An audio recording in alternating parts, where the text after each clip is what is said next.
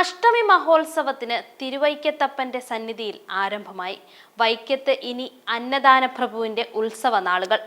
തന്ത്രിമാരായ ഭദ്രകാളി മറ്റപ്പള്ളി നാരായണൻ നമ്പൂതിരി, കിഴക്കിനേടത്ത് മേക്കാട് മാധവൻ നമ്പൂതിരി എന്നിവരുടെ കാർമ്മികത്വത്തിൽ രാവിലെ 8:30 കൊടിയേറി. നവംബർ 23-നാണ് വൈക്കത്തഷ്ടമി.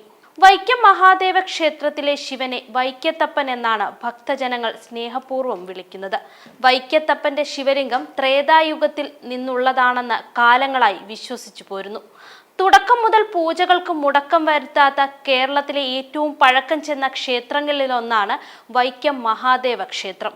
കൃഷ്ണാഷ്ടമി ദിനത്തിലാണ് വൈക്കത്തഷ്ടമി ആഘോഷിക്കുന്നത്. ഇതിന്റെ പിന്നിൽ നിലനിൽക്കുന്ന ഒരു ഐതിഹ്യമുണ്ട്. വർഷങ്ങൾക്ക് മുൻപ് വ്യഗ്രപദൻ എന്ന മുനി ശിവനോട് വർഷങ്ങളോളം പ്രാർത്ഥിച്ചു. വർഷങ്ങൾക്ക് ശേഷം പരമശിവനും പാർവതീദേവിയും വ്യഗ്രപദന്റെ മുന്നിൽ പ്രത്യക്ഷപ്പെട്ടു.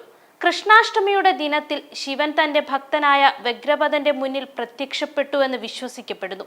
ഇതിന്റെ ഓർമ്മയ്ക്കായാണ് വൈക്കത്തഷ്ടമി ആഘോഷിക്കപ്പെടുന്നത്. 12 ദിവസത്തേക്ക് നീളുന്ന ഉത്സവമാണിത്. 12-ാം ദിവസം വൈക്കത്തഷ്ടമി. വാദ്യമേളങ്ങളുടെയും ശിവമന്ത്രധ്വനികളുടെയും അകമ്പടിയിൽ കൊടിയേറ്റം നടന്നു. രാവിലെ വിശേഷാൽ പൂജകളോടെയായിരുന്നു ചടങ്ങുകൾ ആരംഭിച്ചത്. കൊടിയേറ്റിന് ശേഷം ദേവസ്വം കമ്മീഷണർ CV പ്രകാശ് കൊടിക്കീഴിലും സിനിമാ താരം ഹരിശ്രീ അശോകൻ കലാമണ്ഡപത്തിലും ദീപം തെളിയിച്ചു.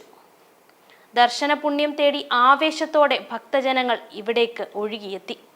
നവംബർ 23-നാണ് വൈക്കത്തഷ്ടമി. ഒരുക്കങ്ങളെല്ലാം പൂർത്തിയായി.